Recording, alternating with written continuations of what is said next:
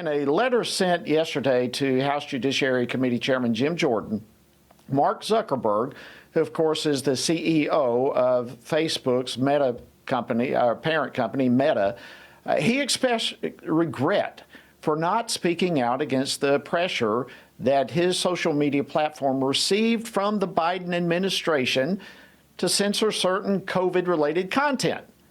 He also acknowledged how it was a mistake to limit the reach of the media reporting on the corruption allegations involving the family of then Democratic presidential nominee Joe Biden.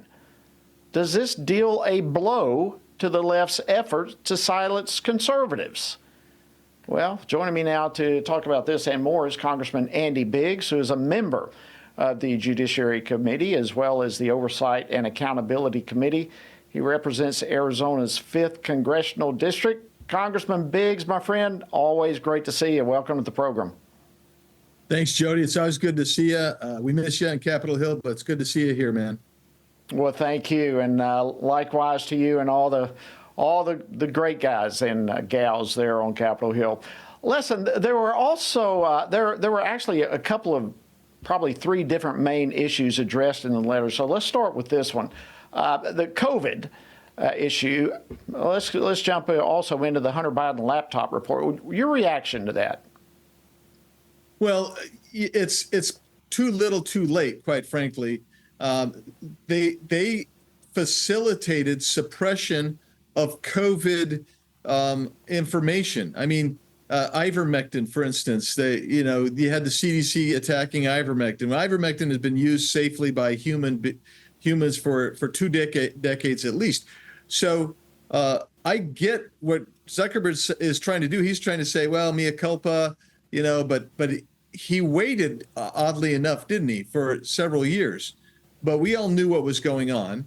And the bottom line, Jody, is the ivermectin issue, the other suppression and censorship that the Facebook and Meta did, they're trying to say that that was a result of government. And if it was a result of government, which I believe it was, then we need to go in and rattle the chains of government. We can't just say, hey, this is a big victory for the First Amendment that somebody finally admitted.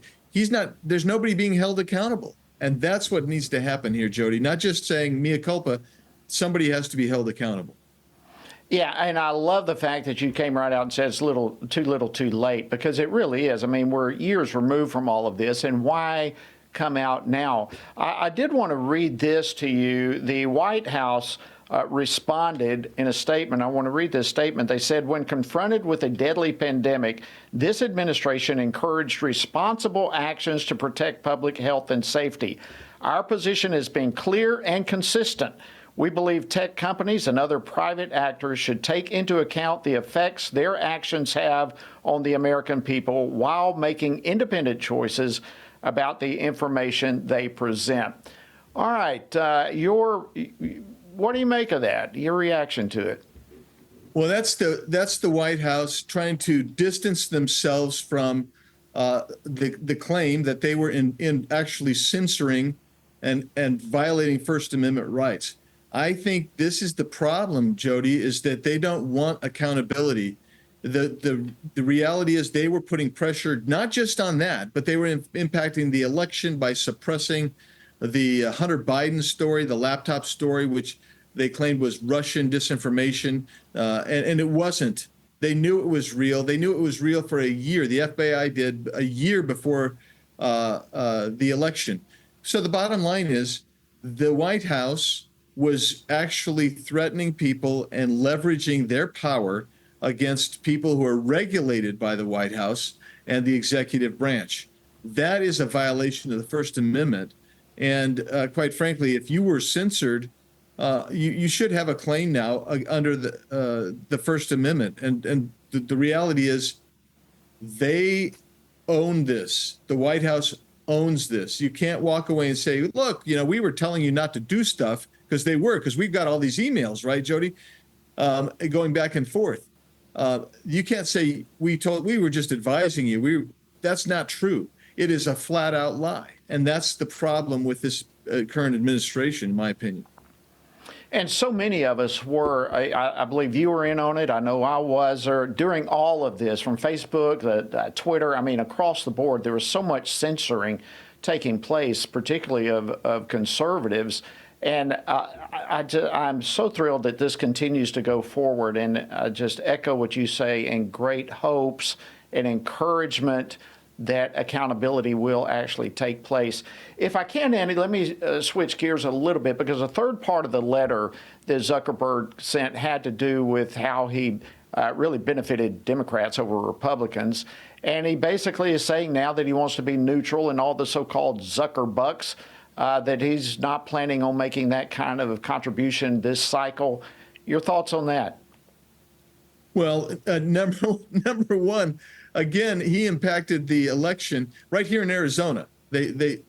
Our government took millions of dollars from Zuckerbucks, and that impacted the election. So, okay, that's great, but maybe the states now have come out and said you can't participate are really influencing him. Again, when somebody's charged with a crime, and they say, well, yeah, that was bad, but it was legal at the time. But now the problem is it was morally wrong, ethically wrong, and quite frankly, in my opinion, it probably violated the federal statutes of the FEC. But the reality is, good, stay out of it.